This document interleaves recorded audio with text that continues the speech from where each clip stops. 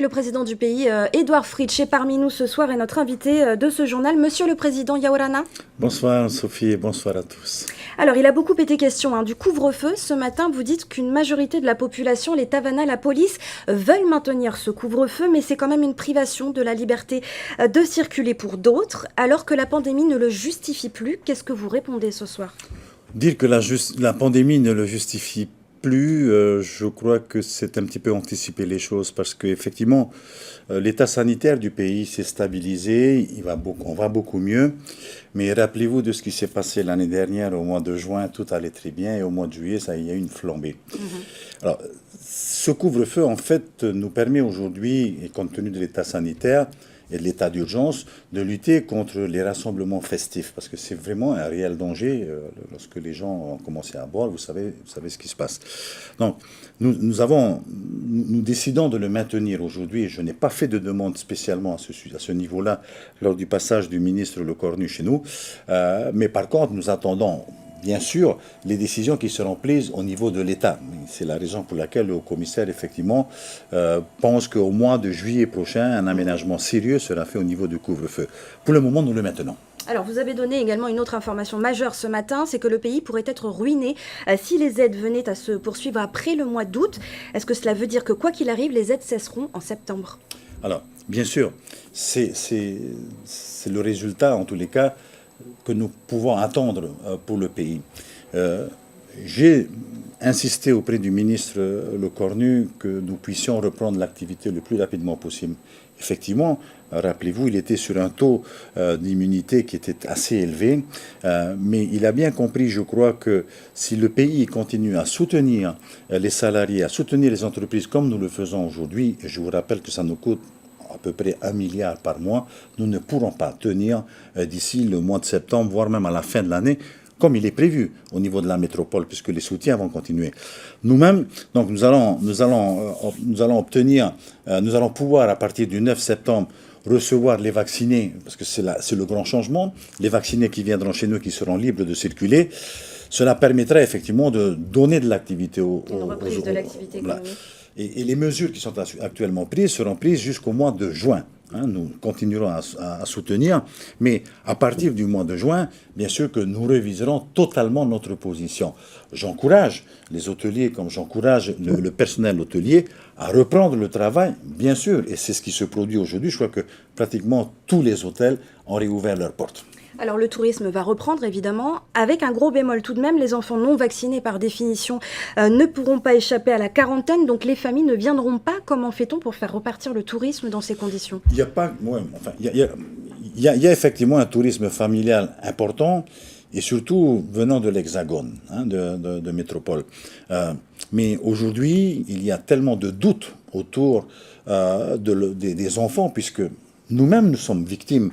Je crois que vous le savez, à Freitou la semaine dernière, après qu'un professeur ait été détecté malade de la Covid, il y a eu un cluster, d'enfants de 13 à 14 ans, donc de tout jeunes enfants, bien sûr qui sont asymptomatiques, mais ils ont fait la démonstration qu'ils pouvaient effectivement...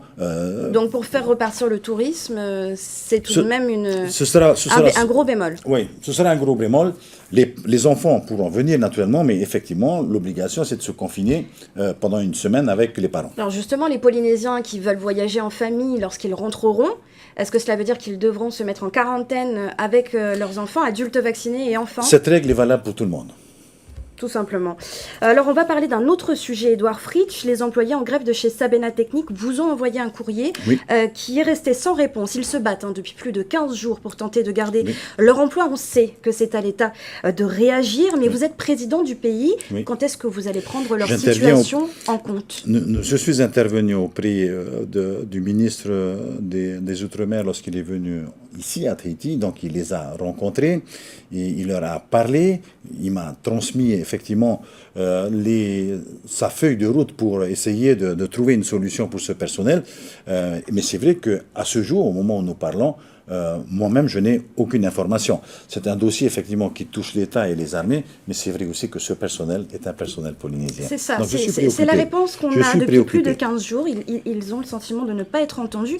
On parle de 95 familles polynésiennes sur le carreau. Est-ce que vous pourriez, vous, faire pression sur l'État en tant que président du peuple polynésien? Ce sera difficile. Je ne veux pas avoir la langue de bois. Ce sera compliqué, puisque en plus, c'est un dossier qui est issu d'un appel d'offres qui a été lancé.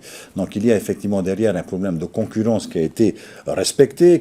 Donc, c'est un système qui est totalement transparent. Je ne cache pas que ça va être très compliqué.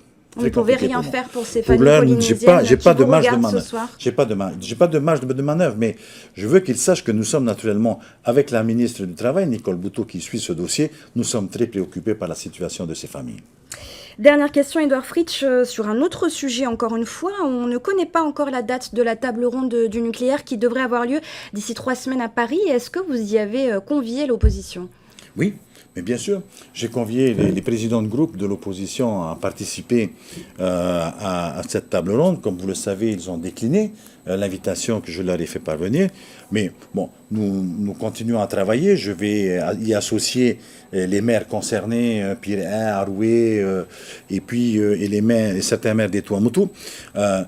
Ce n'est pas une table ronde qui doit réunir que des personnes de la majorité ou avec qui tout va bien pour nous. Ce qui est important, c'est qu'effectivement, nous ayons toute la Polynésie représentée autour de cette table ronde. Nous avons tenu une première réunion de travail la semaine dernière. Nous en tenons une encore cette semaine, vendredi prochain, et nous allons être en contact avec le coordonnateur métropolitain, M. Rousseau, dès jeudi de cette semaine. Les choses se passent bien. Les associations participent à la réunion.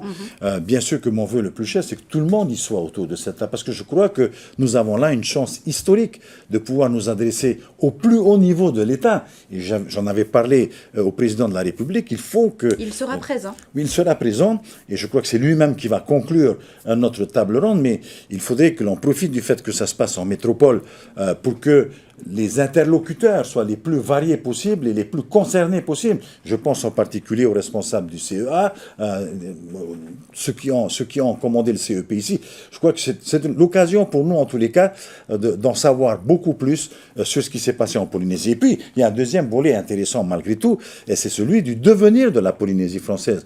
Nous avons beaucoup discuté déjà avec l'État, avec le contrat de développement, la charte de développement qui a été vue ensemble, mais je crois que la reconstruction de la Polynésie d'après CEP n'est pas terminée. Il faut, surtout pour la jeunesse. Bien sûr, il nous faut penser à notre jeunesse, et notre jeunesse, c'est pour les 10 années à venir. Donc, c'est un peu le souci que j'ai, je ne vous cache pas. Je pense que les discussions techniques sont toujours très, très compliquées, surtout lorsqu'on a des spécialistes en face.